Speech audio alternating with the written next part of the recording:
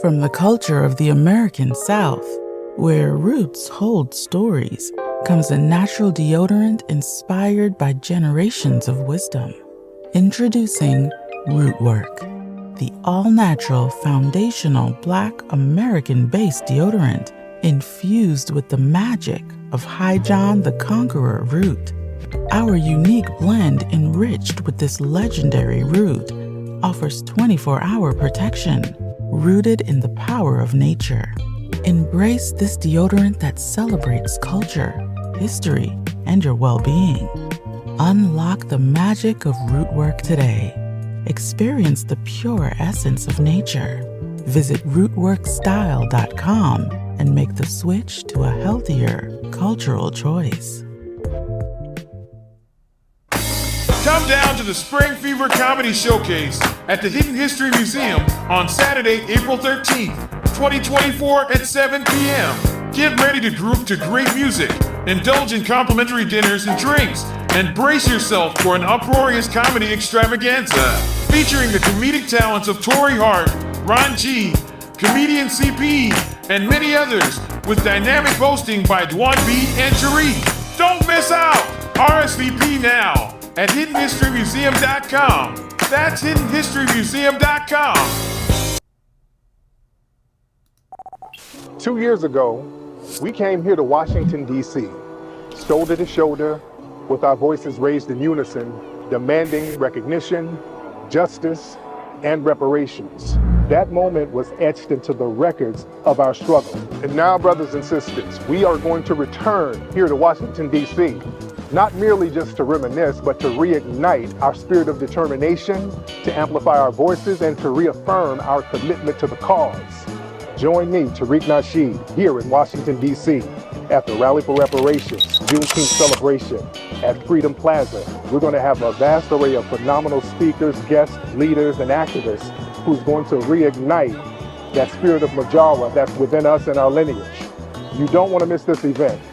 Go to rallyforreparations.com. That's rallyforreparations.com. Come on down here to Washington, D.C. Be a part of history. Join me. Stand up for yourself. Stand up for justice. Stand up for your ancestors. Rallyforreparations.com. See you here. Boom. There it is. What's going on, guys? We are in here. Ladies and gentlemen, we in here. Glad to have everybody in here tuning in. What's going on, fam? I'm going to need you guys, before we get everything started, to give me some nice retweets. Retweet this to let everybody know that we're live right now. Everybody give me a nice retweet, ladies and gentlemen. Retweet. Put this on your Facebook. Let everybody know that we are indeed live at this very moment, so everybody can hop in the chat room and chime in on the discussion. How y'all doing, family? I'm glad you guys are in here. I know I'm very late. I'm about an hour late. Still feeling a little under the weather. Still, a little congestion here, a little cough here and there, but I'm here. Some of y'all said y'all didn't get any notifications. Let me put something up to let folks know that I'm live on YouTube. Hold on 1 second.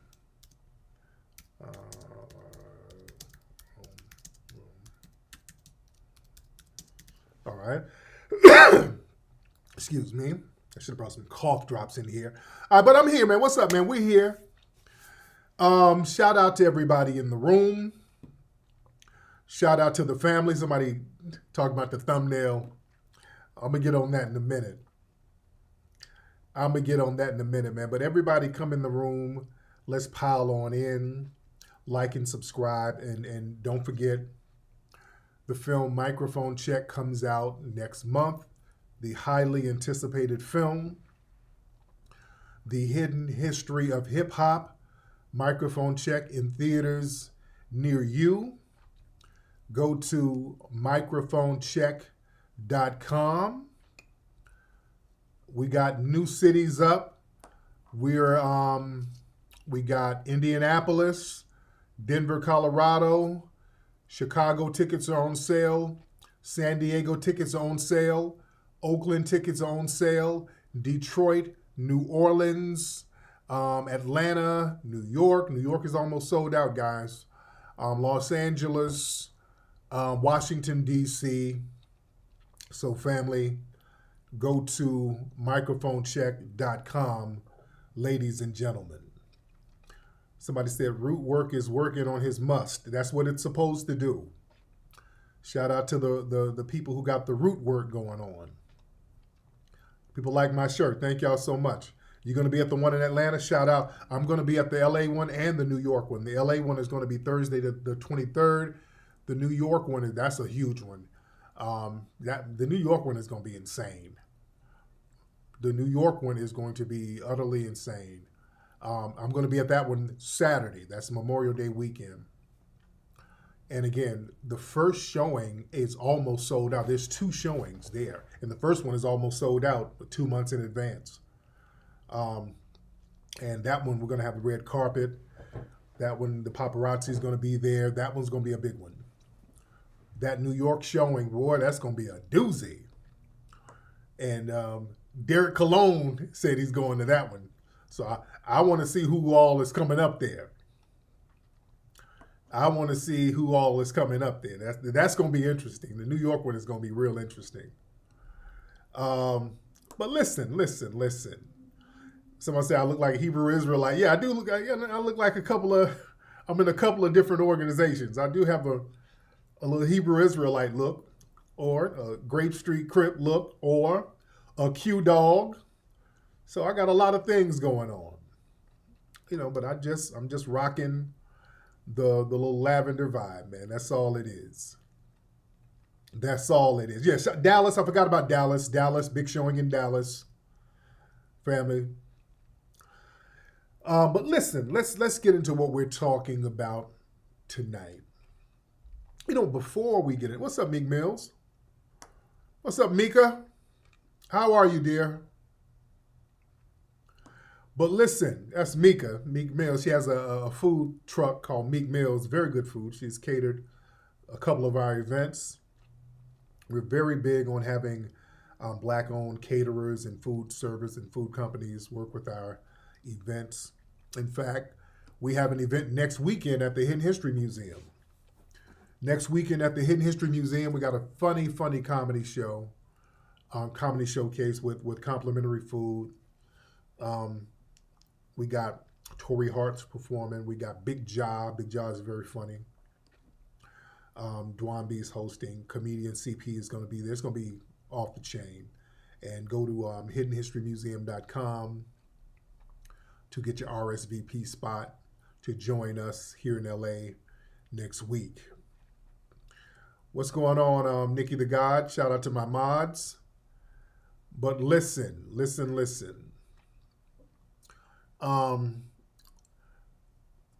I'm very proud of the foundational Black American family for your tenacity in staying on code, standing 10 toes down for reparations. The reparations movement is in full swing right now. We are going back out to Washington, D.C. June 15th to reaffirm our commitment, just like I said in the commercial spot. We're going to reaffirm our commitment because, see, the thing is, a lot of times, and I'm glad we're doing things differently this time around, a lot of times we get into one-off-isms. We'll do something, and then it'll pop off and have a big party or whatever, and then the energy dissipates. And the white supremacists are used to that. They're like, okay, let them blow off some steam. They'll get back to eating the butter biscuits at any moment. And we have not gone back to eating the biscuits. We've been standing on our square as far as telling people what we want, and that's reparations in the form of cash payments. We want reparations in the form of cash payments.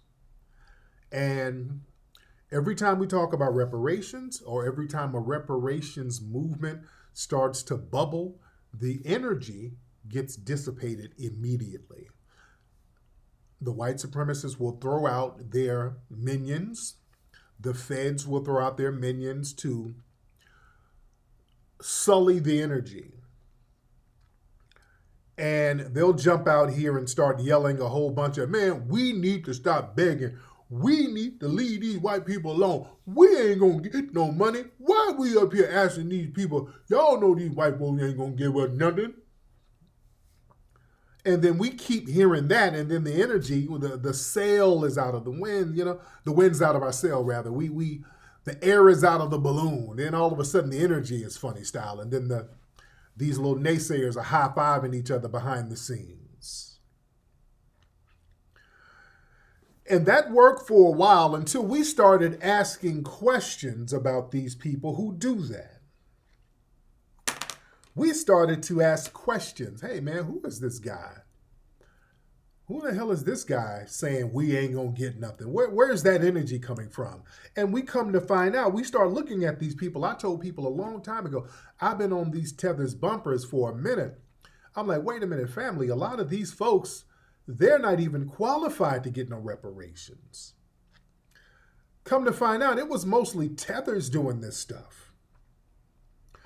Family, and look, this ain't no diaspora war. I'm not trying to beat up on my non-FBA fam, because we got some non-FBA brothers and sisters who are riders. Let's be clear. We got a lot. I've had a lot of non-FBA brothers and sisters hit me up. Hey, man, we want to come to the rally for reparations. We're going to support. We're 100% down. And I love that. And that being the case, that's fine. But we do have a tether problem. We do have some people who are from the diaspora who come over here, and they ain't riders like you guys, unfortunately. And unfortunately, you guys haven't been able to neutralize that threat for us, because we've said, hey, man, why don't y'all get your folks, man? They talking kind of reckless. And unfortunately, y'all have not been able to do anything to them. And we've warned folks, hey, man, you better get them before we get them. Get your people before we get them, because when we get them, there might be some casualties of war here. Some people who ain't on that, they might get hit with a couple of shrapnel pieces here and there, unfortunately, but that's warfare. But I'm talking about psychological warfare. So we told people, do something about your little Sambos who's coming over here, jumping into our conversations, undermining us. Since y'all couldn't do it, we're doing it. And sometimes it gets a little ugly, but it's effective. We've gotten the Tethers up out the paint. We're not letting these Tethers dissipate our energy no more. It's not working no more. See, that was a trick that the white supremacists, they've been pulling that trick for a minute. Bringing the Tethers around us, understanding that those Tethers don't feel like they have much of a camaraderie with us lineage-wise. So it's easier for them to throw us under the bus. You dig? It's easier for them to be on team white supremacy. And let me tell y'all something. We caught on a little late because they've been using Tethers for a long time against us.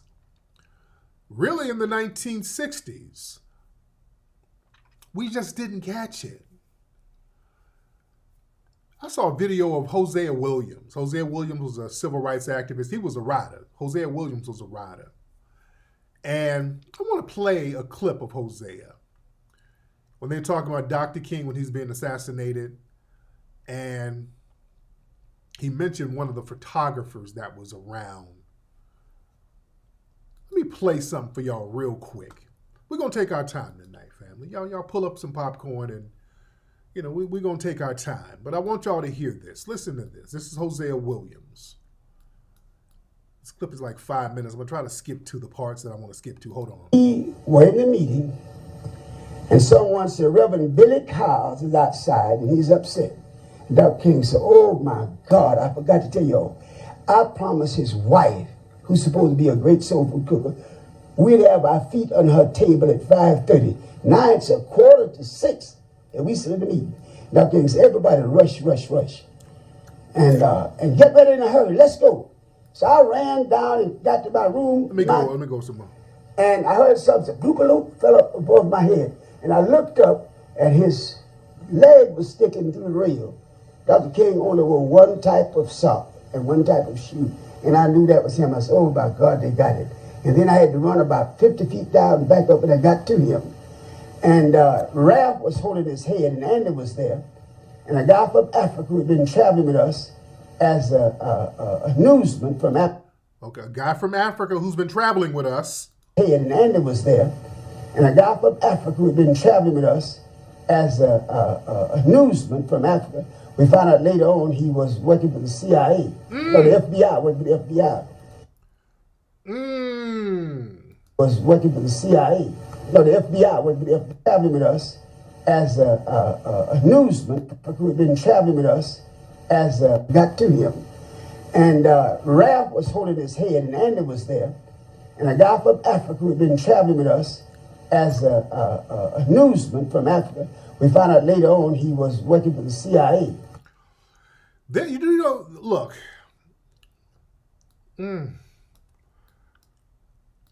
There's a lot of stories like that. There's a lot of stories like that from the 60s. Now, look, we had some domestic coons who were co-opted by the feds, too. Now, we do. We had some, too. But we kind of said, okay. But, yeah, some of these little unknown tethers that were hanging around under the radar that didn't nobody know, we just say, hey, the little African guy, okay, cool, come on down. You're a photographer, come on down. And their whole ops working with them folks.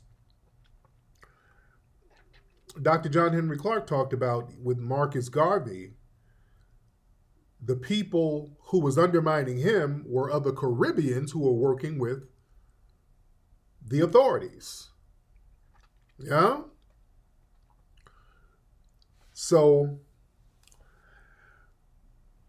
a lot of these folks, man, we think they're from the motherland and that's our brother. Yeah, they get these cats who are under the radar trying to help, and these guys are full-blown ops. Yeah?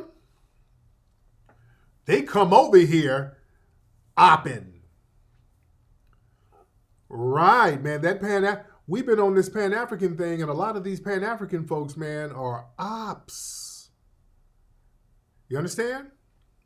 A lot of them were ops. Yeah?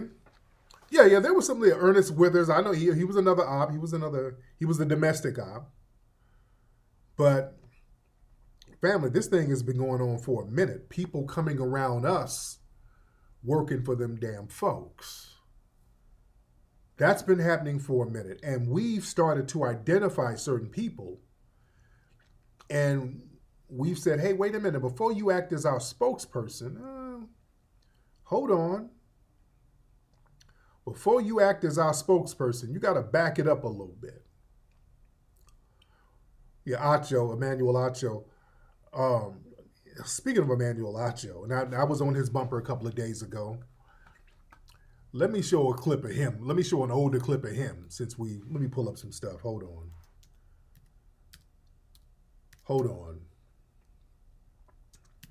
one second. Where's this thing? Hold on. Y'all bear with me 1 second. There we go. But let me find a clip of him I want to play real quick.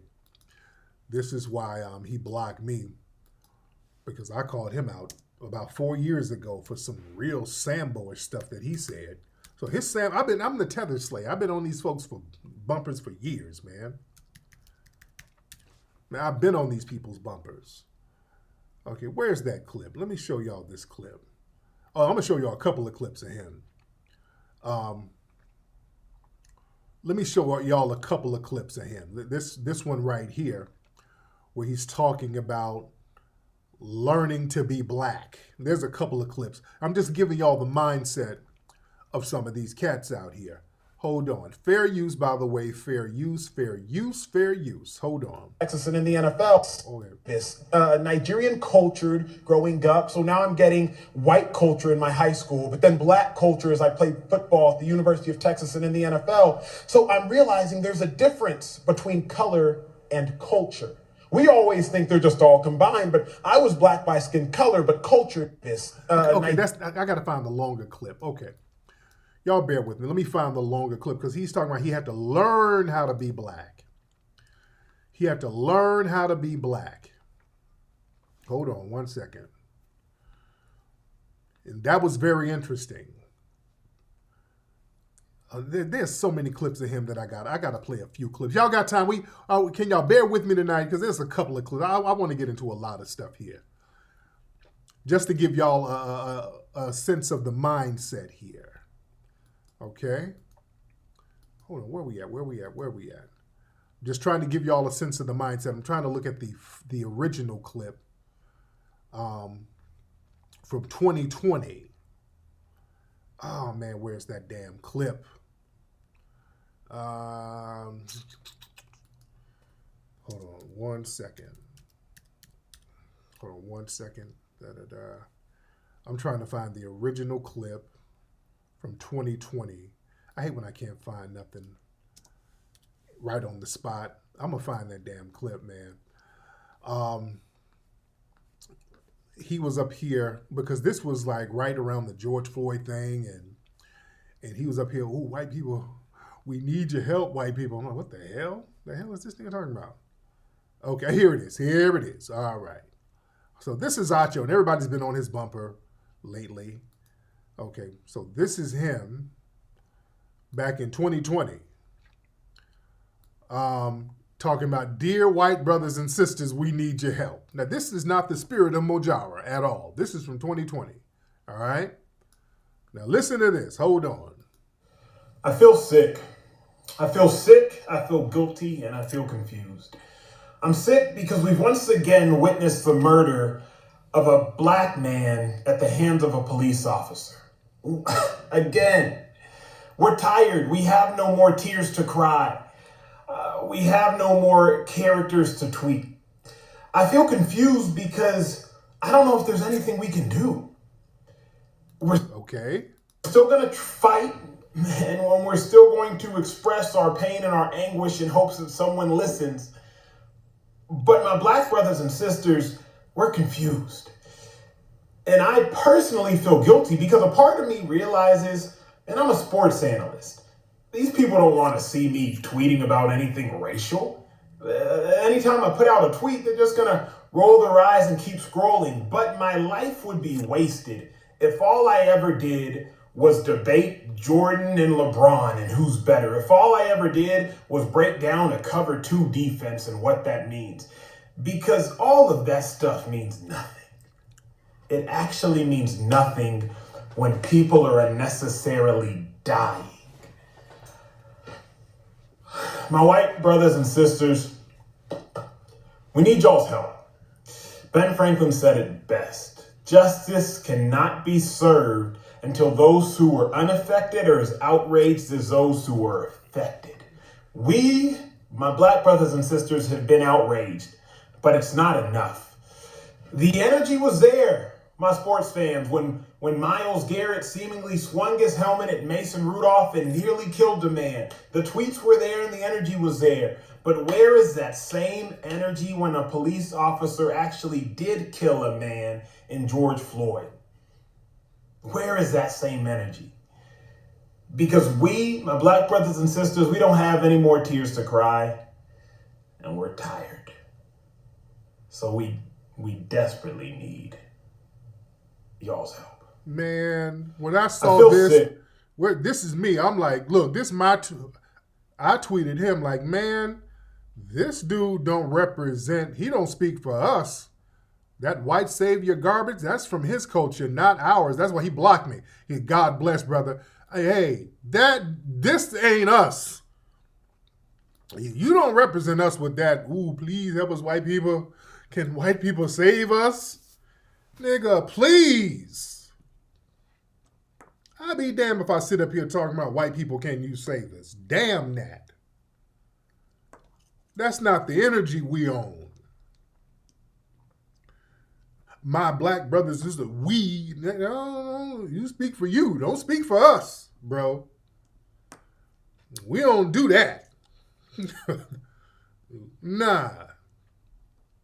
We don't do that, brother. We ain't begging them for help. Let me tell you something. They know. Who are you appealing to? Because we as foundational black Americans know, we know how demonic the white supremacists are.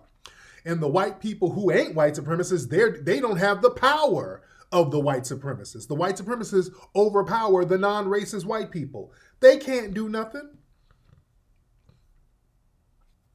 Or they're not willing, they're not going to do anything. Who are you appealing to? Who are you appealing to? Yeah? So yeah, he was trying to be the Negro whisperer. See, he tries to do, and a lot of them try to do this fence-sitting cooning. They'll sit on the fence. They don't want to go full right of the fence cooning. Yeah? So they try to act like they're spokespersons for black society. Yeah? Let me find the clip where he was talking about he learned to be black. Let me find that clip. I'm just giving you an idea of the mindset here and why the energy is different. I think this is it here. Okay, here it is. I think this is it right here. All right. This is interesting. Hold on. Listen to the mindset here. Wait, come on. You must be a doctor. You must be a lawyer. You must be an engineer.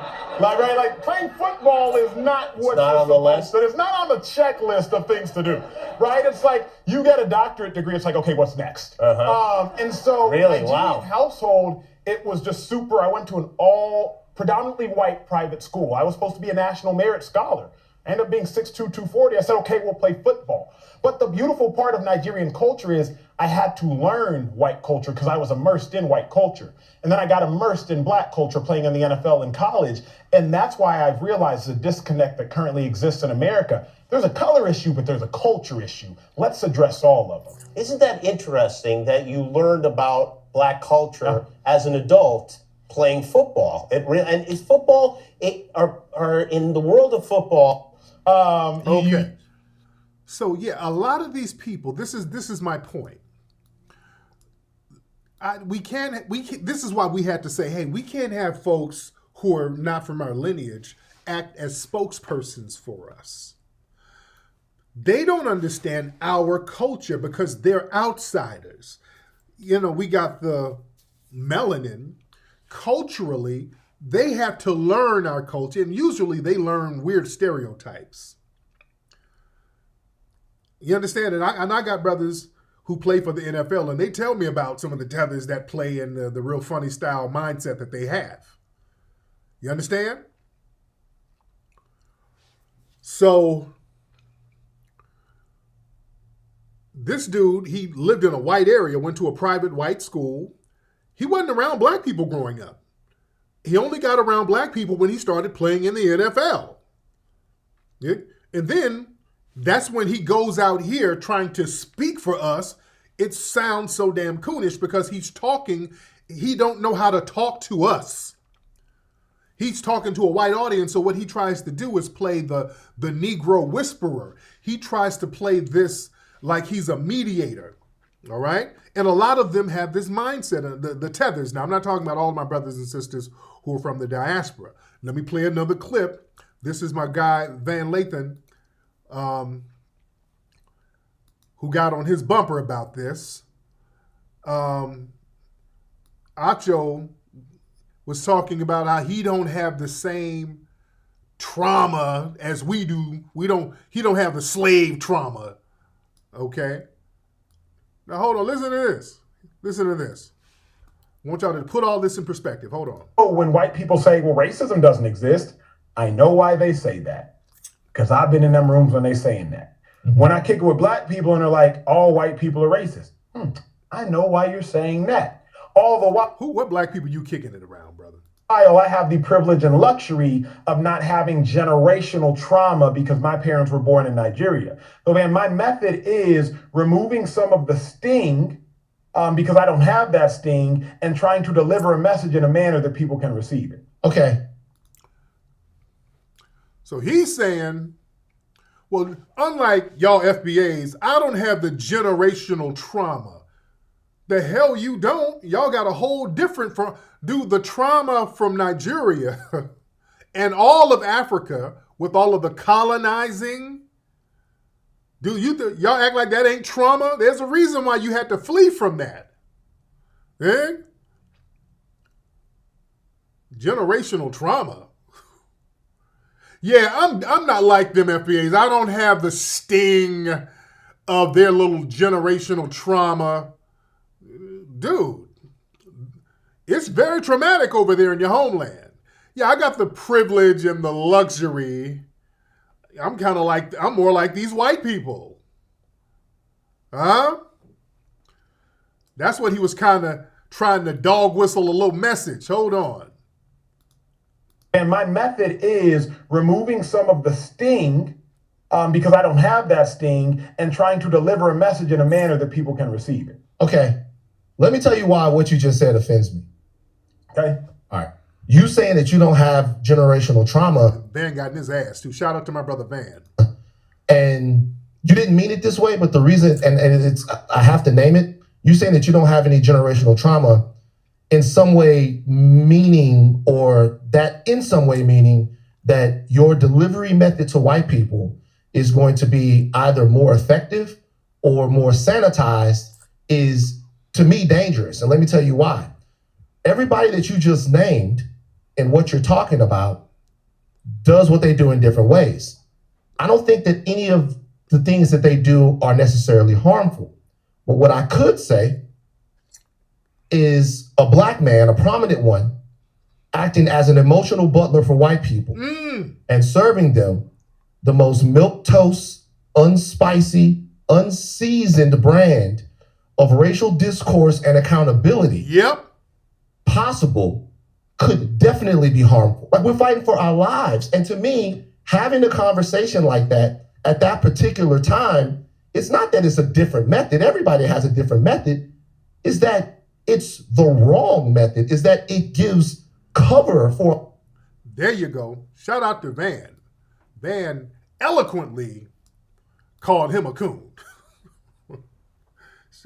Van eloquently said, hey, that's like cooning.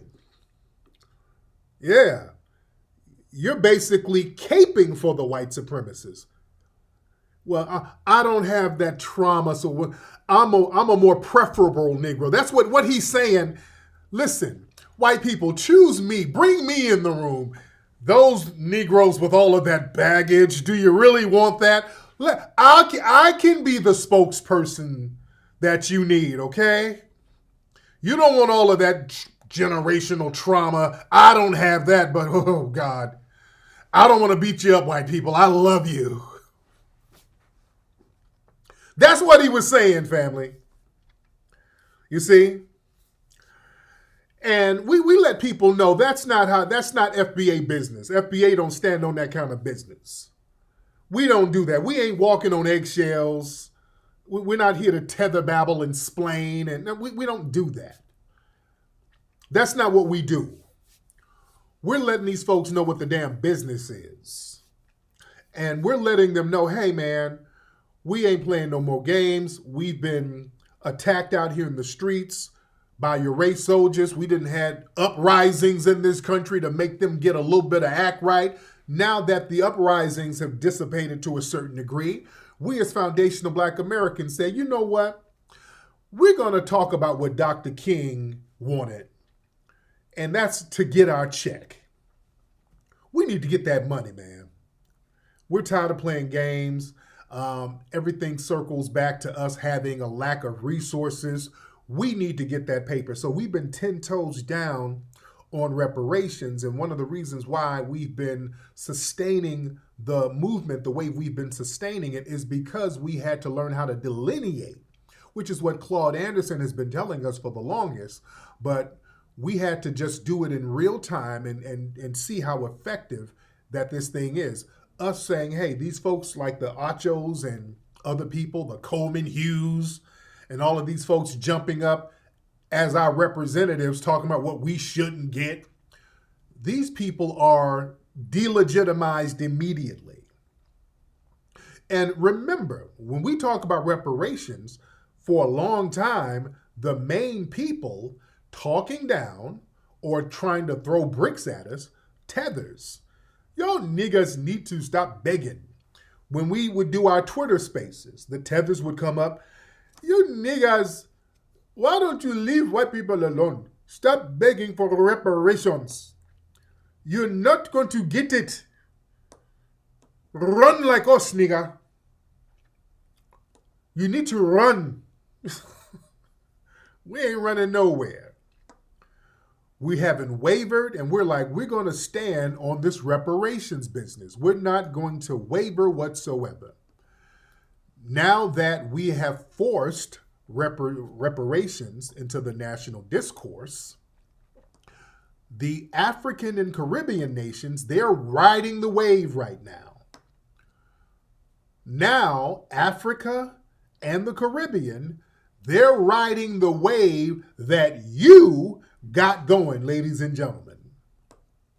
The FBA family, the wave that you are maintaining, the Africans and the Caribbeans, and that's fine. That's fine. I don't have a problem with that. Holler at those British, French nationals. Holler at them about getting what you're supposed to get. Not mad at all. We just don't want no trick bag or no play being ran later on. But let me show y'all this article here, ladies and gentlemen. Let me show you guys this article here. Right now, where is it? Right now, this just came out. A slavery tribunal, Africa and Caribbean unite on reparations. Now that they see we're not going to let y'all come and dissipate our shit. No, what y'all not going to do is mess our stuff up. Now that we don't let them mess up our movement, they're like, okay, well, shit, we need to get on top of ours now. Because the reason why they wanted to mess up our stuff was because if we got traction, it was going to make them look bad. Let me feel me, y'all. They understood if we got traction on reparations and we created a national discourse, which is what we've done, that's going to make Africa and the Caribbean look bad because you're the majority. You're the majority in those places, and these folks got you shook to talk about getting reparations, and they can still come over there and do as they please. And you're the majority. We're the minority in America. We're 13% of the population, 13, 14, or whatever you want to claim. And we got this international movement going. You understand? And we're not letting them come in the mix and piss the energy off. We didn't let them come mess it up. So they're like, damn, we couldn't beat them. We can't beat them, let's join them. All right, we can't beat them, let's join them. That's how it always is. Now that we can't beat these niggas, let's follow their lead. Now they're following our lead. Slavery Tribunal, Africans and Caribbeans unite on reparations. So now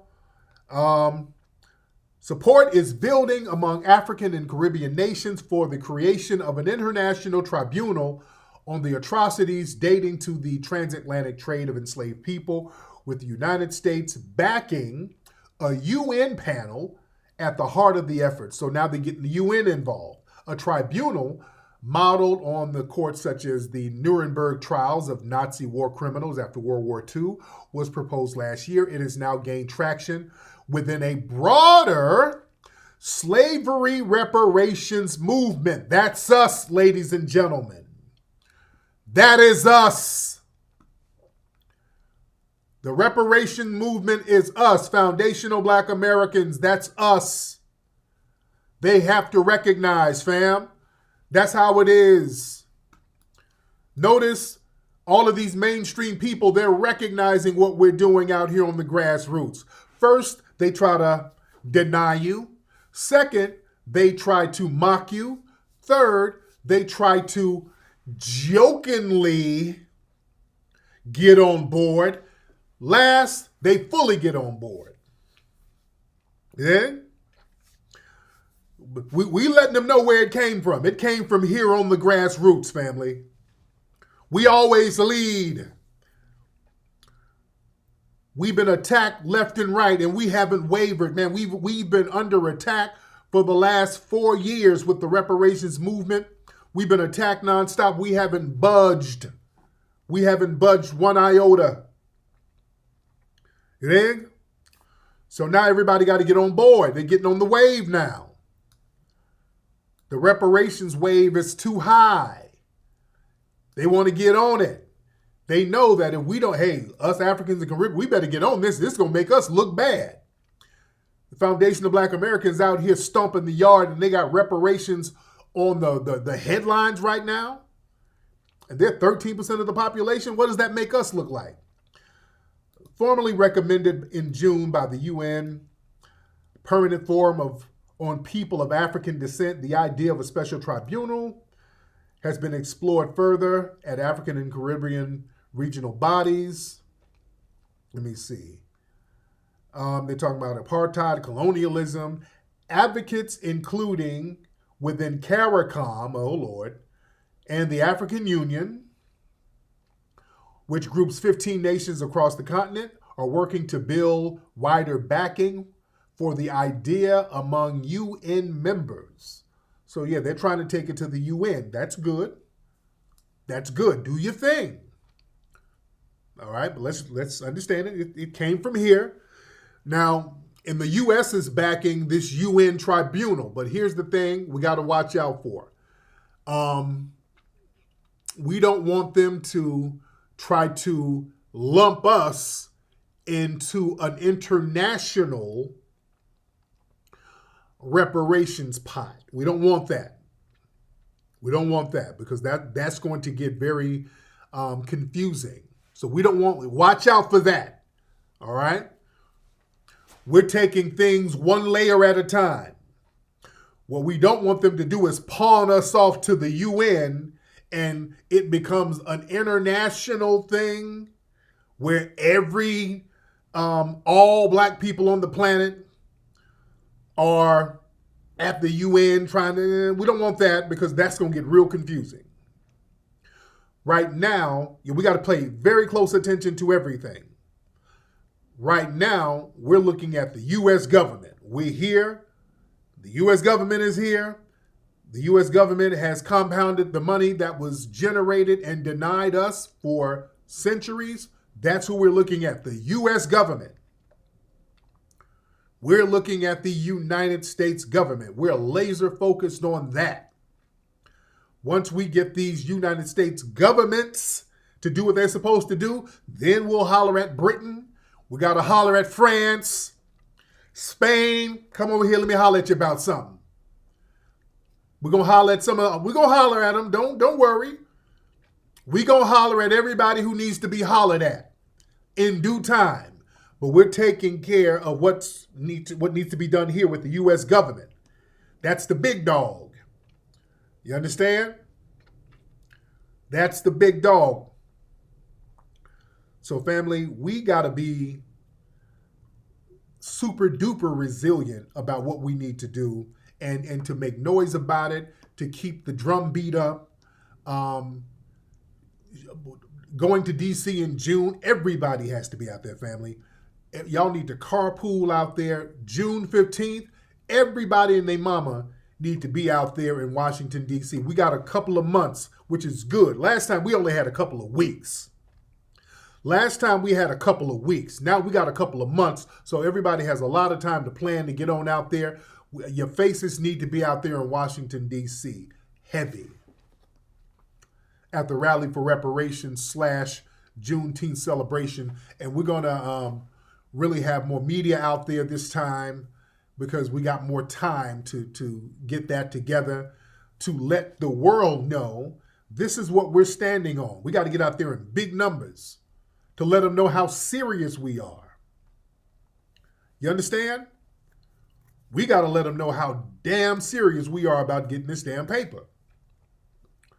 Yeah, the code is the leader. And family, by the way, at the Rally for Reparations in June, we got our brother Reza Islam, one of the keynote speakers, the sister, Vicky Dillard, phenomenal sister, our brother Greg Marcel Dixon, who lit it up last time, phenomenal brother. Our good brother Afro Elite, up and coming brother. He's a rider, activist, real good brother. The great Dr. Randy Short. Man, Dr. Short is a human library. That brother is so on top of stuff. Another young brother, fresh in the game, brother Black Alpha, another activist out here stomping the ground real heavy. Real good brother, man. Solid dude. And our good sister, Dr. Mayat. That sister always brings that heat, brings that hot fire. And we're going to have many, many more people too. So family, y'all need to be, your face need to be in the place. It's going to be popping out there in D.C. It's going to be popping out there in D.C. And it's the Juneteenth energy too. Yeah.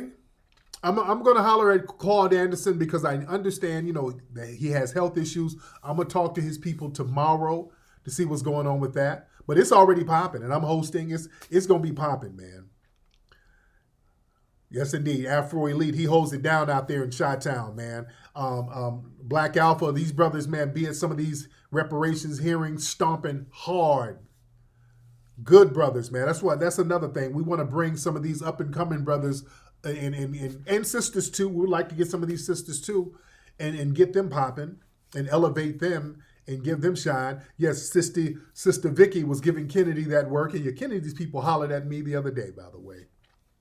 But yeah, Sister Vicky was giving them that work. That's why we got to get, Vicky got that energy. That sister got the Majara spirit, man. That sister got the Majara spirit. Yes, can kids come to see Microphone Check? Yes. Yes, kids can come see the movie. Now, let me say this. The movie Microphone Check, you can bring your family. There is profanity in the movie, all right? There is profanity in the movie, but all right. But it's an educational piece, and it ain't going to traumatize the kids. We do have some profanity in the movie, but I still say that you can still take kids. There was a teacher who hit me up in Philly. He teaches a hip-hop course, and he wanted to take his class there. I want to see what kind of arrangements we can do with that, if we can. Because, look, I'm telling you, this movie is going to be in schools. I'm telling you now. This movie is going to be taught in schools. If you run a hip-hop course or whatever, this is your curriculum right here. Because I know they have a lot of hip-hop courses in universities and schools all around the world. This is your curriculum right here. You can just put this in and start sending the test out. This is Hip Hop Education 101. Then this is Hip Hop Education 101. Then the kids cuss anyway. Yeah, listen, y'all kids be out here listening to little old Sexy Red and all that, man. A few little cuss words. Yeah, we got some cuss words in here. We got a few cuss words in here. It is what it is. What is this? What my daughter sending me? Okay. Uh-oh. There's Terrence Howard. Hold on. There's a clip of Terrence Howard. My daughter sent me this again. Hold on. Let me play this. This clip of Terrence. Shout out to Terrence Howard. Terrence Howard is he's talking about the industry. Hold on one second. Terrence Howard is talking about the industry and all the money that's being made. I don't know if Terrence Howard is on a set. This is from The Art of Dialogue. Let me play a little clip of this. Hold on. This is Terrence Howard talking about how the industry jerks you around. Hold on. Now, I don't know what's going on with the hair. He got hair like the Bee Gees. I don't know why his hair is like this. CAA. That's a lot of money they should have been. Well, let's go to another one. I'm just saying. CAA, Creative Artists Agency, they represented me. Mm-hmm. They also represented some of the people from Big Bang Theory. Mm-hmm. They also did the deal with Fox. Mm-hmm. My show was with Fox. The people from Big Bang was with Fox. Mm-hmm. We had 28 million viewers. I don't know why this man got hair like DJ Quick right now. I don't know why his hair... I wish they explained that for some reason. They just didn't explain it. They just put him on camera and he looks like Natalie Cole. I don't know why his hair is like this. It's throwing me off a little bit, but he's spitting hot fire though. They had 11 million viewers. Wow. They were getting $2 million, damn near $3 million an episode, those white kids. They had no name recognition, no Oscar nominations, none of that. We have 28 million viewers, and these jokers are paying me $325,000 an episode. And I'm like, every year I'm asking my agents, what's going on? I didn't know that the packaging deal, my agents were incentivized to keep my pay low, so they'll go to Fox and say no, and they'll say no themselves because they were producers. I can't get over the hair. He got his hair looking like Walona from Good Times. I don't know why his hair is like this. It's just the 70s feather flip is just throwing me all the way off. But he's saying some heavy stuff here.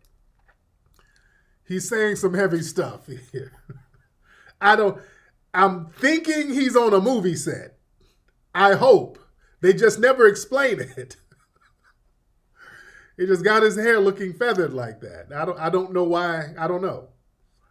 All right. But shout out to Terrence Howard. I'm assuming it's a movie set he's on. I'm assuming based on the hair and the clothes. Now, if he's just out here kicking it like this, now that might be a different conversation. Yes, he got up here looking like Chaka Khan. I don't know why his hair is looking like Chaka Khan, but it's a look. He's doing the most. All right. But shout out to Terrence Howard. So anyway, man, I'm out here and I'm not getting the money I'm supposed to get, man. All right. That's what it is. That is what it is. But listen, y'all need to come on out to DC, man. DC is going to be a vibe. Also, listen. Volunteers. We do need volunteers. For those who want to volunteer, everybody who can volunteer, because we do need people to help us behind the scenes. That would be great. And everybody, please donate to it. Go to Rally for Reparations. That's the number 4. rallyforreparations.com. Rally, the number 4, reparation. Let me see if I'm spelling it right.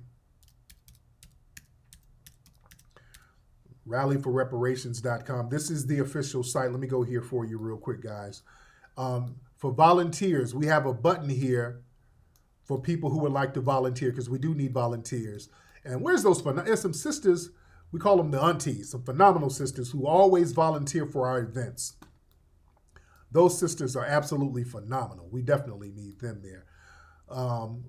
This is the website, Rally for Reparations. You can donate here.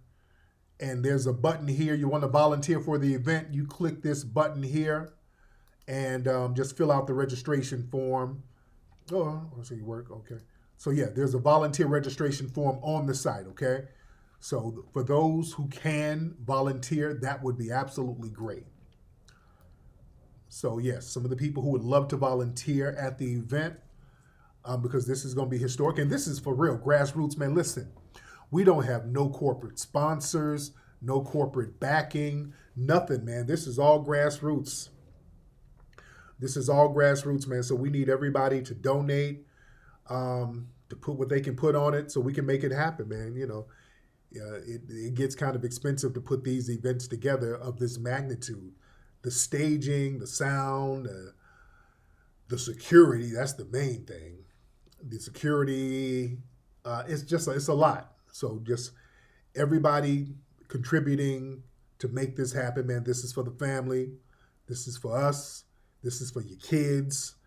And man, the last one, man, it was such a vibe. People are still talking about the energy and the vibe from 2 years ago. The last one we did was 2022, and this was in the winter. This was in November. This one is going to be in the summer in June, so it's going to be on and popping. It's going to be on and popping. You dig? So yeah, we need to let folks know. It's up to us, man, the grassroots, to let folks know how serious we are about this reparations thing, man. We got to let people know this is what it is. We're very serious about it. Yeah? And again, African brothers and sisters doing their thing, trying to get reparations from the colonizers. If y'all want to ride the wave, that's good. Just as long as no trick bag stuff is in there, that's good. But again, they see that we're making progress with this because now some of the right wingers, they're trying to get in front of it because they see where it's going. They see we ain't backing down. Again, this article came out yesterday. Look at this one. Family, I'm telling you, man, we're being effective out here. Don't get it damn twisted. We are being effective out here. Tennessee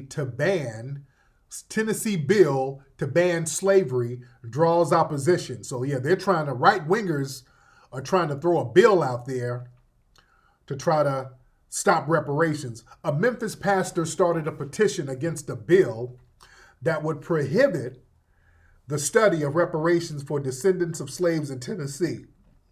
And in 2 days got more than 500 signatures. So State Senator Brent Taylor is sponsoring the bill. The amendment to the bill, added and passed in the Senate 1 year ago, prohibits local government from exploring or implementing reparations for historical slavery and its ongoing impact. Look, they can play this game all they want to, dude. So yeah, they're trying to get in front of it with these little old janky bills. That don't matter. Look, that don't matter, family. When we get codified enough, all their little I'm white and I say so's, that's not going to work. All right? You better believe we are being effective on the grassroots. And we got to keep that thing going. They see where this thing is going. They see we ain't letting up. They're like, oh, we done thrown everything at these Negroes and they're still standing 10 toes down. Let's try to throw some paperwork. Let's try to do, it's not federal. Right, it's not federal. Yeah, they're trying to, stop them on a local level. They're trying to do all of this stuff. No, that ain't going to work. That's not going to work. Long as we're on code, man, the only thing that matters is us being on code. And don't let it... And we've had some tethers try to throw salt. Why y'all niggas having a rally? Why don't you have some lawyers and some legislators? And why don't you have this and that? Listen, this is not a political rally we're having. See, this is why we got to get the wording straight. It's not a political rally. It's a cultural rally we're having. That's why it's a Juneteenth celebration too. All right? And I keep telling people, my thing is focusing on culture. Once we get our culture solidified and we have a true understanding of what the culture is, everything else is going to fall into place. And that's exactly what's been happening. Once we focus on our culture and get that understood, everything else is going to fall in place because we're going to be codified around the culture. So everything within the culture falls in place. The politics, the economics, the education, all of that will fall in line. You understand? So politically, we'll already know what to do because we already got a code, and the code is the leadership. Yes, I do want to work on getting Cornel West out there. I do. I absolutely do want to get Cornel West out there. Again, this is a cultural rally, a cultural celebration. You dig? This is our cultural celebration here. We do want to get Cornel West out there. We're trying to get some performances out there too, some musical performances. We're going to make it a whole vibe that day. I do want to get some lawyers to speak to. I want to get lawyers to speak to talk about legal logistics. I do want to do that. But getting legislators and that don't matter. They get it. They know what to do. Listen, when it comes to us, all of a sudden, everybody, we got to do all of the plebiscite juggling. It's all, we got to do all of this stuff. No, I'm not going to let people make us start plebiscite juggling. That's what I call it. Plebiscite juggling. With us, when we say we need reparations, the Rollins and all those people pop out. Let me see what you. Okay, you want reparations, huh? Okay, you want reparations. Okay, did you get the Congressional Black Caucus? Did you get a super PAC? Did you get with the Urban League? Did you get with the NAACP? Did you have a boule brunch? Then it's all of this jumping over different hoops that we're supposed to do. Let me tell y'all something. I don't do none of that. We ain't doing none of that. We ain't got to jump through hoops. Coach Bettis, hell no. Coach Bettis, hell no. But we're not jumping through all them hoops. Yeah, they said Roland is trying to sound FBA now. Right. But yeah, we ain't jumping through no damn hoops. We ain't about to do all that. We ain't about to get a plebiscite. No, we ain't doing that. You know why? Because these illegal immigrants ain't doing all that and they're getting money. Nope. The illegal immigrants are coming over here and magic credit cards and debit cards just wind up in their wallets. They ain't got no plebiscite and a CDC meeting, and they ain't doing all that. Y'all make sure they're papered up. The immigrants didn't jump through no damn hoops. You didn't make them jump through hoops, and you ain't about to make me jump through no damn hoop. Do the same thing for us you did for them. We ain't about to play that game. These people getting papered up all over the country, dude. Coming over here, we don't know who these people are. Coming over here with no paperwork or nothing. And there's debit cards waiting on them. But I got to form a plebiscite. We got to have a gazillion meetings with this person and that person and then a commission. And this, man, y'all gonna get this money together. That's why we got to just stand on business. We just stand on business and say, hey, look, we here letting y'all know what it is. We want that paper. Y'all know how to make it happen. We ain't about to jump through no hoops. Y'all know how to make it happen. Make it happen just like you made it happen for the illegal immigrants. Make it happen like y'all done gave all that money to the Ukrainians. Y'all give non-citizens all types of paper. But then we get ran through the ringer. They give us the airport treatment. Like if we travel, boy, we got to stand in a long line. We're citizens here. If we travel out the country and come back, we got to go through a long line. We got to take a picture. We got to put a passport here. We got to take our shoes off. We got to get them to check our bag. We got to get radiation wands waved up and down our bodies. They got to check your crack. Then they got to bring the creepy airport guy out. Okay, lift your hands up now. Now I'm going to touch you with the back of my hand now. You ain't uncomfortable. We got to get violated in order to get back to our own country. And you have a whole bunch of people at the border just walking right on in this bitch. Eh?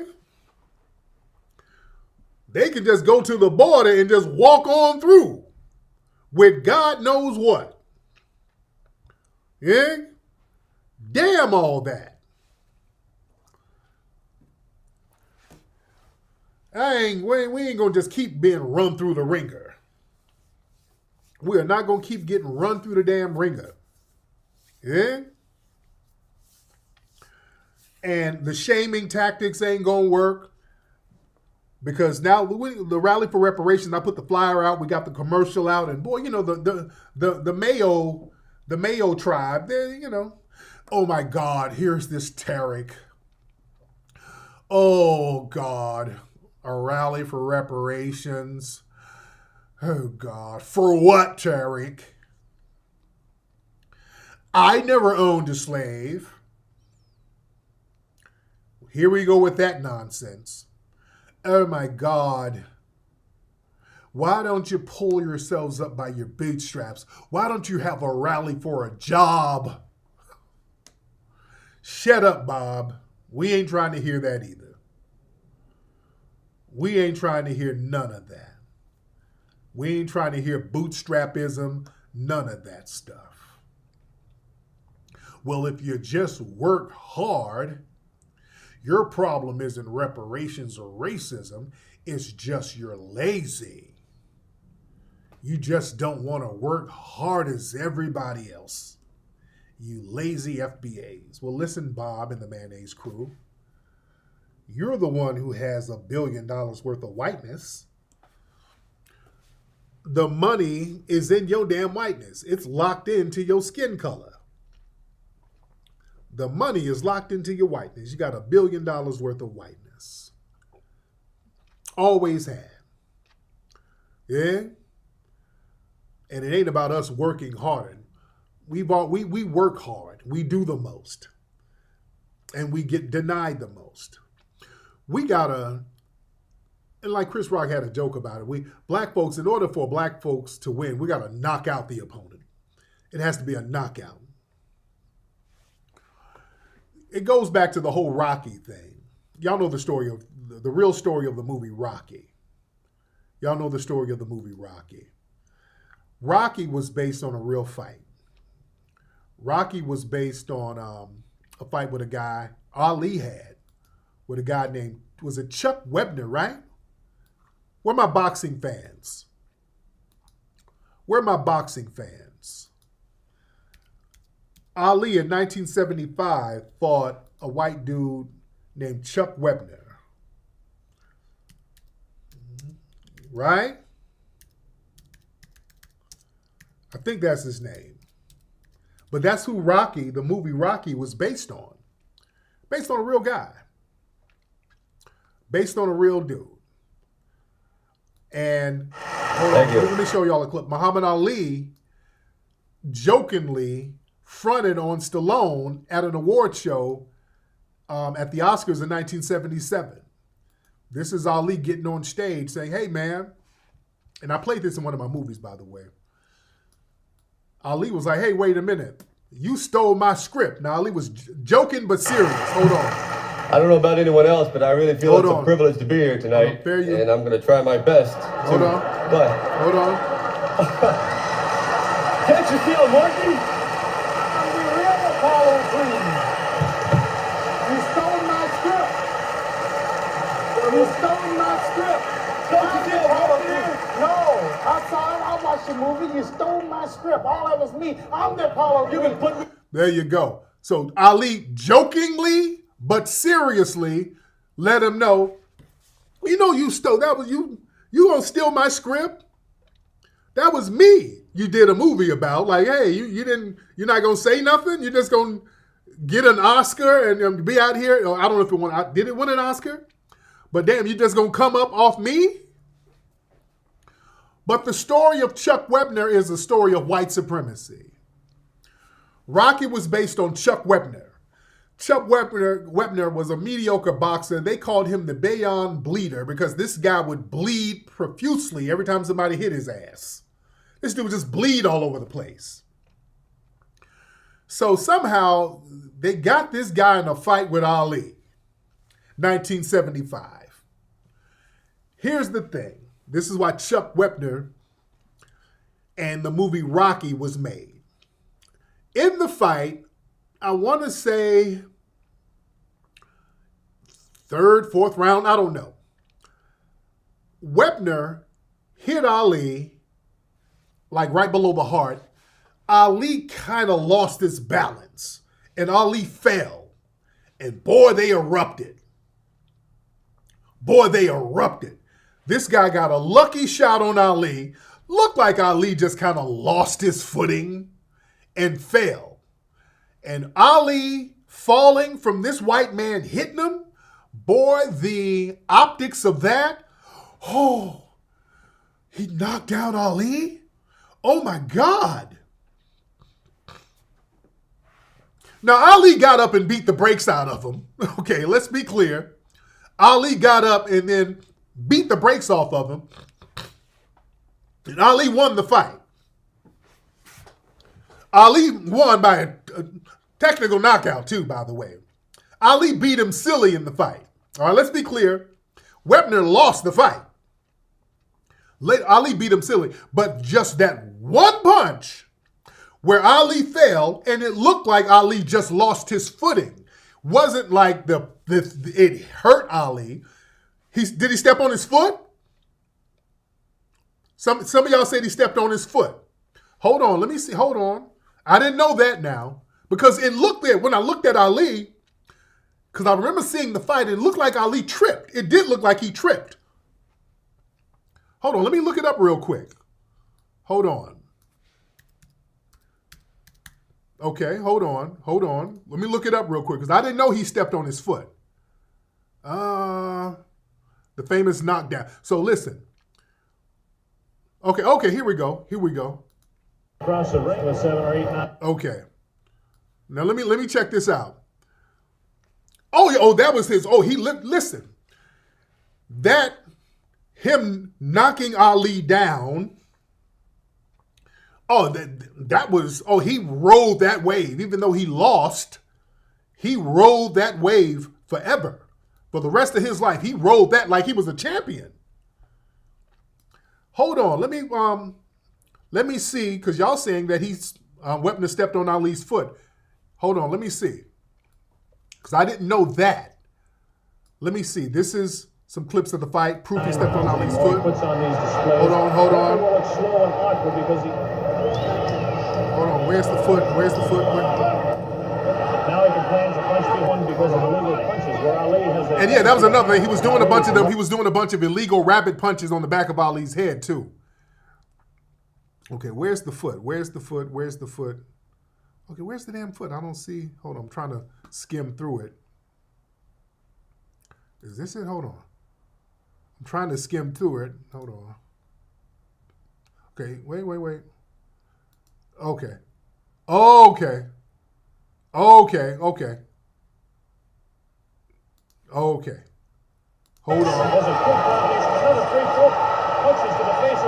on. As he continues to come in. Now, so a glancing blow, but that one, again, a light. Hold on, let me see. Fair use, by the way. Ending round 8. I'm trying to get to the foot there. Continue to keep it under control. That's okay. Back and slips a punch to his left. Oh! Okay, there we go. Shot from Muhammad Ali. Right, so yeah. So that looked like he tripped him. Okay, there we go. Okay. Okay, there we go. So yeah, I knew Ali tripped. It looked like Ali, it wasn't a real knockdown. It wasn't even a real knockdown. Fair use, by the way. So that wasn't even a real knockdown, guys. And also, he was rabbit punching Ali in the back of the head the whole fight. Yeah? But family, the fact that he got the optics of a white man who's an underdog knocking down, which he really didn't do, but knocking down the great foundational Black American champ. Family, they built a damn 50-year franchise off that. You understand what I'm saying? They're still riding the Rocky wave. They built a 50-year franchise off of that little janky optic. They'll take a win any way they can take it. Even though he got the brakes beat off of him just optically, not even really knocking Ali down, but just him standing over Ali after he done tripped him and Ali on the ground. Oops. That's good enough for us. Rocky franchise, Oscars, dolls, merchandise. They done made $1 billion franchise out of that little janky ass knockdown. That's still going on now. They got a damn statue, Sylvester Stallone statue in Philly. Yeah. Oh yeah. They got to do the bare minimum for a win. For them to get a win, all they got to do is land one punch. It got to look like they're doing something. In order for us to win, we got to go all in. We got to knock them out. We got to knock it out the park. So that goes back into my correlation about how white supremacy works. Don't ever let a white supremacist sit up and tell us about pulling ourselves up by the bootstraps. They are the only people who can get around, who can get by being mediocre. They can be mediocre and have a whole 50-year franchise made about them and their mediocrity. And then they can embellish on it. They can embellish on their mediocre disposition. Yeah? Did they put Rocky in the boxing? Are y'all serious? Family, is Rocky in the Boxing Hall of Fame for real, for real? The character? Is Rocky in the Boxing Hall of Fame for real? Yeah, just like Taylor Swift and Beyonce. Yeah. Good freaking grief. Man, they'll take a win any way they can get it, dude. Any way they can get it. They finally got a Joe Frazier statue after, 3 decades? Oh, yeah, now the Tyson Fury guy. So they've always had this great white hope. Mike Tyson fighting this guy in July. I want to see that. I want to see how that's going to go. So it always has to be something rigged. It always has to be something rigged. Yeah, Caitlin Clark still lost. Yeah, I saw some little dirty moves Caitlin Clark was doing. Caitlin Clark looked like she was fouling people and they weren't calling it. I just saw some highlights of the game and looked like she was, and they still lost, by the way, and looked like she was fouling people and they weren't even calling it. Yeah? Lord, so they put a fictional character in the Boxing Hall of Fame. This is how desperate they are for a great white hope, man. Dude, you can be mediocre and they will give it to you. Yeah? So, yeah, we're not playing these games out here, man. We're not going to let nobody tell us what we need to damn do, and we're not playing that game. We are not playing that game. So where are my LA people? Shout out to my LA people. By the way, LA people, my LA folks, out here in LA next week, excuse me, here in Los Angeles at the Hidden History Museum. Y'all need to come to the Spring Fever Comedy Showcase at the Hidden History Museum. We got Big Ja, we got Tori Hart, CP the Comedian, Dwan B, and many, many others. Go to Hidden History Museum and get your RSVP popping, ladies and gentlemen, and join us for that phenomenal event, ladies and gentlemen. We almost got 6,000 people in here. We're in here heavy. Speaking of LA, did y'all see, family, out here in LA, there was a $30 million damn heist stolen from a security company. They're saying this is one of LA's biggest heists. These folks broke into a security building where money was stored without activating alarms. They got in on the roof. And they got, it's one of the biggest cash heists in the city's history. It happened in Sylmar, where cash from businesses across the region is handled and stored.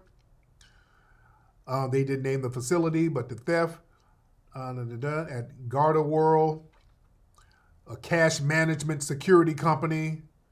Burglars entered without activating the alarm, as well as a safe where the money was stored without activating alarms. They got through the roof. Man, y'all already know. Boy, this was such a damn inside job. Man, this was clearly a damn inside job. Lord. Inside job. That has inside job written all over it. A place with $30 million, you walk in and you ain't tripping no alarms? Man, please. Man, please. So yeah, they went in and shout out to them thieves. That's the lick of the century, boy. Y'all pulled a hell of a lick. He said they got hit for 100 mil. It might be that 30 million, they might be trying to downplay it. Wow. But shout out to the folks who pulled that lick off. Shout out to them. But they need to be their ass about the country right now. Yeah? But listen, family, we are standing on business out here, man. This reparations thing, man, people did not expect us to ride this wave and create this wave as long as we did, and we're still sticking with it. We're still on it. And we ain't backing down from it. And we're letting people know what this business is going to be, ladies and gentlemen. And we're standing on lineage business. That's why everybody, we need y'all in Washington, D.C., because it's not only a rally for reparations, it's a cultural celebration of our lineage. See, we don't have, we should have been doing like these festivals for our lineage, just like they have the Caribbean Day Festival, the Puerto Rican Day Festival, the Jamaican Festival, the Haitian Festival. We got to have our FBA Festival celebration every year just to give honor to our lineage. And there's nothing wrong with doing that, because we stopped letting people try to shame us for recognizing our lineage. You see? We try to recognize our lineage, and niggas, y'all xenophobic. You niggas are divisive. Y'all are divisive niggas. Because we're recognizing we come from a specific lineage. Excuse me. And the thing is, people sit here and try to shame us. Oh, you are African. Listen, culturally, we're a foundation of Black Americans. People are so desperate to Africanize us. This desperate need to Africanize us, and it's only us, only foundational Black Americans. They're not going to the Caribbean to Africanize them. You're not going to Brazil to Africanize them. You're not going to the Black people in South America to Africanize them. It's always us. You got to tether on to us. It's always, we got to Africa. We have to claim Africa so that whatever we do, the contributions can trickle down to Africa. You see? And that's the thing. They don't want us to not focus on Africa, because now if we ain't lifting Africa up, people see a lot of the janky stuff that goes on over there. And see, we ain't putting the cape on. Yeah? Yeah, they want to boss us around about how we recognize our lineage. And the thing is, if we ain't sitting here propping up Africa, people start seeing some of the janky stuff that goes down over there. Yeah? There's something going on over there now that's insane, over there in Sierra Leone. And again, I'm not trying to beat up on the brothers and sisters over there, but they got a drug. They over there, because that kills me when we have some of the tethers calling into the Twitter spaces. You niggas are smoking crack. Dude, the drug use over there is insane. They got a drug over there now where they're using drugs and they're mixing it with grounded up human bones. Man, look at this. It's insane. Check this out. Hold on. In Sierra Leone, a new drug is turning young people into zombies. Take a look at the youth on the streets. They are trapped. They work only to buy drugs, nothing else. Trust me. They call it kush, dried leaves mixed with a cocktail of chemicals. In just 3 years, it's taken over.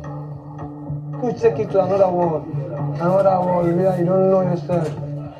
See na something we mix with demonic something. You see company die, they still taken. As the impact of Africa's worst drug epidemic deepens, disturbing reports have emerged about the newest ingredient, human bones. So the coffin and everything is there, but they just took the bones. Yeah. Nigga. All right. That's enough of that. So they go into graves getting human bones, grounding it up and smoking it. So when y'all say y'all smoking on a such and such pack, they doing it for real. Yeah? That's insane. That is insane. Yeah? So say Kush has been a name. Yeah, that's something else. That is something different. Yeah? And I'm not trying to beat up on the brothers and sisters there, but damn. See, that's why they want us to be the reps and prop everybody up, because now if we ain't propping you up, people start seeing this weird stuff that goes on over there. Yeah? And listen, man, my African brothers and sisters, man, for years, we've been saying to folks, hey, man, there's land over there. There's never been a movement over there to say, hey, man, let's allocate some land. If we all black and want to have a global black thing or whatever, man, let's, we still recognize our FBA lineage. But if we want to do some global business, man, let's do some dual citizenship where you allocate land and we build internationally. So we can build and trade and have trade routes with each other and open up trade lines so that we can get stuff popping here and there and just make it simple. Just dual citizenship, something like that. And over there, they've not been on that. They've not been on that. Everything is all about everybody coming over here. Now, I just saw this down in El Salvador. I just saw this, and this makes a lot of sense. El Salvador. Let me show y'all something. El Salvador is offering $5 billion worth of passports to engineers, doctors, and philosophers. And here's why. Now, this is the right damn idea. President Bukele has announced 5,000 free passports for skilled workers, and the operative word is free. The operative word is free because, see, when we want to go, if we want to go build something in Africa and get dual citizenship and get a passport there, we got to come up off a bag. Yeah? Over there, they're like, nah. We need some skilled workers, engineers, doctors, philosophers to build a better future for the Central American nation. Y'all just come on through. Let me see. Voting rights, no issue. So this is the president here. Philosophers, Let me see what he's saying here. Hold on. Let me look at the... Despite the small number, their contributions will have a huge impact on society and the future of our country. Plus, we will facilitate their relocation by ensuring zero taxes and tariffs on moving families and assets. This includes commercial value items like equipment, software, intellectual property. So they're telling their folks, hey, man, basically, I'm thinking this is for Latinos. Hey, y'all come on through. Come through, pull up. Hold on, let me see if I can read. Come on through, pull on up. Come get this passport. If you can come drop some game, come on through. We got a free passport for you. Now, what stopped African nations from doing that? What stopped them from doing that? At this point, we don't care. But what stopped them from doing that? Yeah? I like that. That's all right. Shout out to them. Shout out to El Salvador. That's the lick. Yeah? But see, we're sitting up here fighting for everybody to get over here. We create a lane for folks to get over here, Foundation of Black Americans. We create that lane. He got Bitcoin for his country. Yeah. Yeah? So we've been on that. We've been on that. And a lot of them kind of messed it up. But it is what it is. Right now, We're focusing on this lineage over here. Foundational Black American lineage. And us getting so codified the way we are. They were not used to that, ladies and gentlemen. They did not expect that. They didn't expect us to be so on code. We got 6,000 people in the room tonight. We are in here deep, ladies and gentlemen. We're in here deep, family. We are in here deep. Shout out to the family. And did y'all see the census when they were talking about, hold on.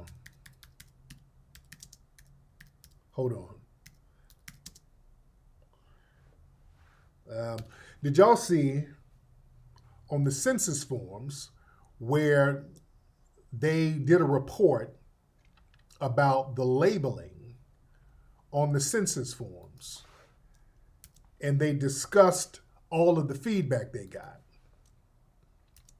Hold on, let me find that. They discussed the findings that they found. Let me find that real quickly. It's on where's that site, family? Where's that site? The OE. What's that site, guys? For what's the link, guys? That y'all help me out. Where they did a report for all of the names that they were thinking about, because we're talking about delineating as foundational Black Americans. Do y'all got a link to that government site? What is that website, guys? What is that damn website?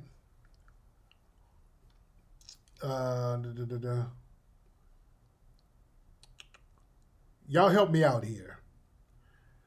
They talked about all of these other groups. OMB, right, the OMB.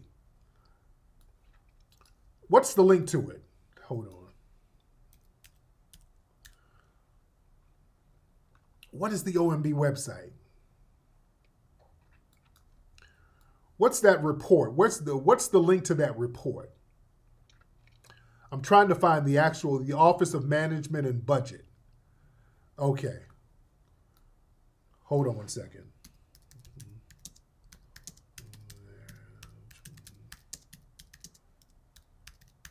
I'm trying to find it. Office of Management and Budget. Man, what the hell is the link? Yeah, the Office of Management and Budget. They talked about, somebody give me a link. I know somebody got it. I had the link. I just thought about it just now. We're in here heavy. The Office of Management and Budget. They talked about, I'm waiting on, I know somebody's going to pop up with the link. I'm waiting on somebody to pop up with the link. I don't know the name of the actual report, but the report talks about how they were they had issues with what name to decide on, and then the NAACP kind of chimed in, and I want to say the Congressional Black Caucus. See, that's why I want to see the link and go over it. Man. Okay, I can't, nobody can find it. Hold on. Okay, I'm looking for it. I hate when I try to do stuff on the fly. And I'm seeing a whole bunch of janky stuff come up. Okay. Did somebody put the link in already? I'm trying to look at it. Wait, is this it? Oh, here it is. Okay, here's something. Is this it? Okay, yeah, I think this is it right here. All right. Okay, yeah, I found it. Shit. Okay, I found it. All right. I found it. Okay, here it is. Finally, damn. Okay, I found it, guys. I found it. All right. Okay. Okay. Now look here. This is from wait a minute, this is a long ass report. The Daily Journal of the United States government. All right. Let me show y'all this here. Let me show y'all the impact we're having out here. All right. Revisions to OMB Statistical Policy Directive number 15, standards for maintaining, collecting, and presenting federal data on race and ethnicity. All right. So let me go down. So they're talking about all the data they collected because they're going to name for different racial and ethnic categories. So I think Middle Easterners, I think they got a new category, but we didn't get the category that we wanted. We wanted a specific category. Collect race and ethnicity information using one combined question. And we go down. And the response concerned Afro-Latinos and all this. So they're talking about Latinos. Add Middle Eastern or North Africans as a new minimum category. Okay. To remove MENA. So I think they got a new category for Middle Easterners. A MENA category. All right. But they wouldn't do that for us. All right. And they know what it is. I'm going down here. I'm going down. Where we at? Okay. All right. Collecting data related to descent from persons who were enslaved in the U.S. All right. How can federal surveys on forms collect data related to descent from enslaved people originally from the African continent? All right, so they keep throwing Africa in there. For example, when collecting and coding responses, what term best describes this population group? Is the preferred term American descendants of slavery, American freedmen, or something else? How can the group be defined? Should it be collected as a detailed group within the Black American or African American minimum category? The majority, this is right here, important, of public input on this subject expressed support for adding a category or question to identify descendants of persons enslaved in the United States. There was support for terms including foundational Black American, that's the first thing they named, American descendants of slavery, American freedmen or freedmen, Black American, African American, and Negro or American Negro. However, there was disagreement about which term is preferred. All right. And where's this stuff about the NAACP and all of these people jumping into it, talking about how it would be problematic and all that? So, where's that? Okay, it's a lot of stuff here, but basically the gist of it is some of these civil rights groups like the NAACP and all these people didn't want to delineate. They put some other trick bag stuff in there, but it's all right. It's all right. They can kick and scream or whatever. We're still getting the culture together. We're still getting it together. And we're letting them know, and they know what it is. They already know, so the groundwork is being laid. The groundwork is already being laid. The groundwork is being laid, ladies and gentlemen. What's up, Mike? You said the haircuts in LA are getting out of control. Oh, yeah. You there? So, yeah. Again, this is a grassroots movement. We're letting them know what we want to be classified as.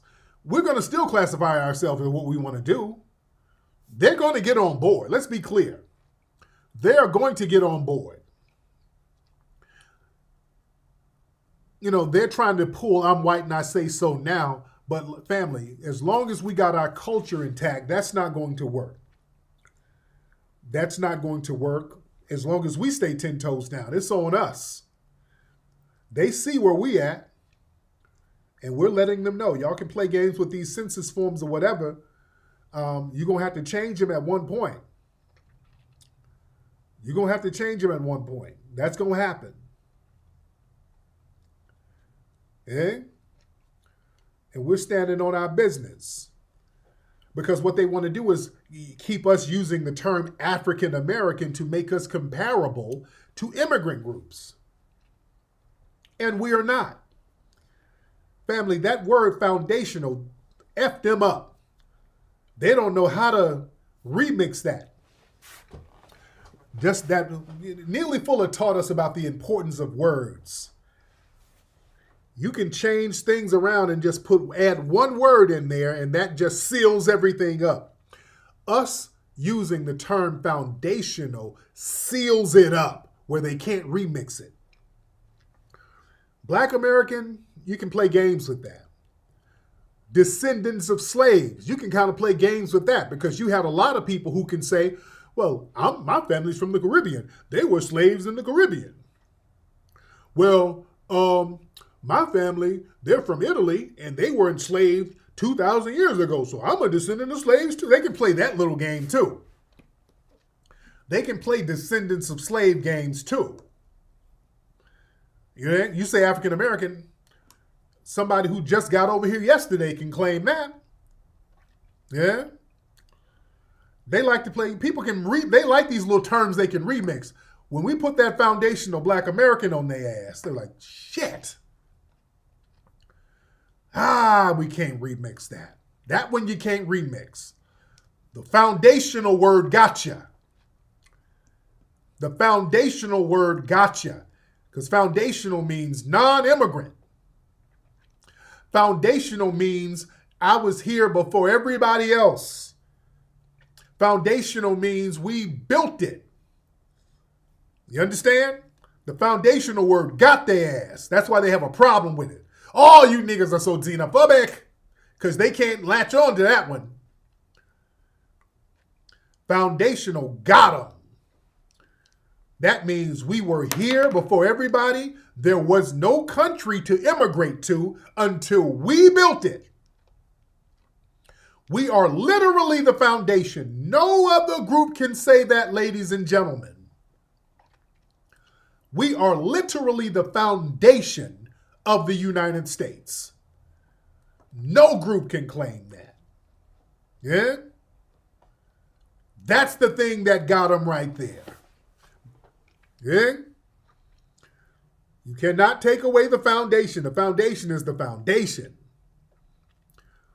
That means here first. That means everything else was built on it. Boy, foundation has so many words and it's so many meanings to it. It means everything was built on the foundation, which is true. Everything was built on our backs. All of the institutions were built on our backs. You know? We didn't immigrate from nowhere. The white supremacists can't claim to be foundational. Again, I've always said this, and don't ever let them get away with saying anything different. The white supremacists from Europe all failed when they tried to come over here on their own. They didn't build nothing on their own here. They did not. If they did, name the year. That's why they keep going to 1619. That's the only time they got their shit together. 1619. And we were in the mix then. 1619, meaning when we were there helping them. Sometimes they'll try to go to the Spanish. Well, the Spanish were here. The Spanish wasn't doing shit here. They didn't get anything going because until we helped them do that too. The only thing they had St. Augustine in Florida. We built that. Huh? Do your damn research. The colony, the St. Augustine colony that they built, 1565, something like that? That was us building that. Remember, the Spanish had a whole bunch of black Moors with them. The Spanish, when they came over, the Spanish weren't doing, they had us with them all along. We showed them how to get here. Don't let them try to bring the Spanish up. That's another thing. They'll try, well, the Spanish were here. Nigga, we showed them how to get here. We were the translators. They were using Moorish ships to get here. That's why all of the Spanish explorers had a black interpreter with them. And down in Florida, they like to brag about St. Augustine being the oldest continuous occupied settlement in the U.S. We built that. It was black people who built that. Do your research about that. We built that. There were black people in the Americas way before 1619. In the late 1500s, they documented children being born in Florida who were black. Dude, that's why knowing your history is a wonderful thing. When you know history, that's a wonderful thing. They didn't build a damn thing here without us. That's why these white supremacists, when I be debating them about that, they get mad. You can't refute that. That's facts on facts. Family, we built all of the shit. We were all in the mix. They didn't get nothing going on without us. Oh, go down, if you're in Florida, go to St. Augustine. Learn this history. And when the Spanish came over in the early 1500s, when they hit the North American continent finally, it was 400 of them. 396 of them died. The only ones who survived was the damn black interpreter, was Estevanico, and 3 others. There was only 4 survivors. And Estevanico, the black one, led them. He was the one leading them across North America. Estevanico the Moor, early 1500s. The first foreign explorer, I'm saying foreign, that's documented, was a black man, Estevanico the Moor, who was leading the white Spaniards. He knew the language. Why did so many damn black people happen to know the languages here? Yeah? You know, that means somebody must have been here before. Yeah? So yeah, we've let folks try to play this game where we're foreigners. We're equal to foreigners. No, we're not. We're not equal to no damn foreigners or no immigrants. Our DNA is all in this soil, all over this nation, man. Yeah? And we standing on that. That's why y'all need to be out there in Washington, D.C. Another city that we built.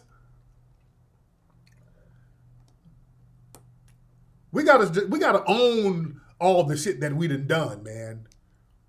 We gotta own it and claim it. That's another city we built. Washington, D.C.